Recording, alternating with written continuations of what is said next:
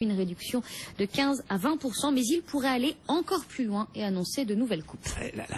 Donc le mardi est un jour pourri. Alors là, je sais, l'ensemble des commerçants l'a dit, mais Soumier, vous découvrez la Lune. Ben oui, on découvre la Lune.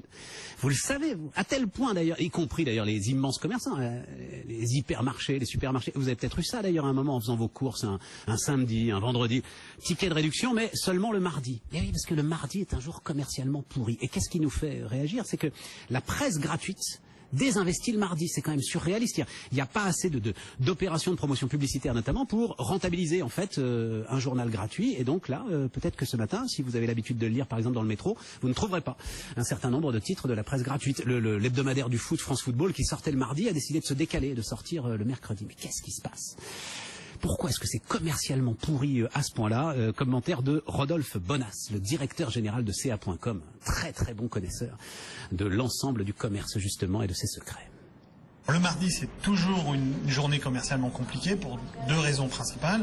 La première, c'est que c'est un jour qui est finalement enfermé entre deux bonnes périodes, qui est la période du week-end, où on a fait ses courses et on a fait plein de courses, donc du coup le mardi arrive un peu tôt. Et puis le mercredi, que l'on sait être aussi une bonne période commerciale, puisque souvent dans le couple, le conjoint prend un moment et donc a du temps pour faire ses courses. Donc le mardi se trouve un peu enfermé.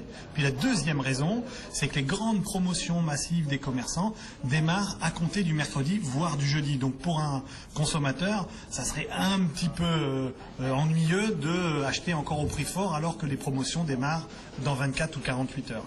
Dernier élément, cette logique du mardi est un peu cristallisante pour les commerçants, raison pour laquelle ils sont nombreux à tester des opérations commerciales sur cette journée-là pour fabriquer un chiffre qui va leur donner le petit plus de croissance de fin de semaine, de fin de mois et peut-être de fin d'année. En fabriquant des très bons mardis, on peut faire un très bon chiffre. Voilà, Rodolphe Bonas, oui, enregistré dans une cathédrale, on s'en excuse. Voilà, c'est les travers de la technique, mesdames, messieurs. Mais le message était intéressant. 7h38, c'est BFM Business.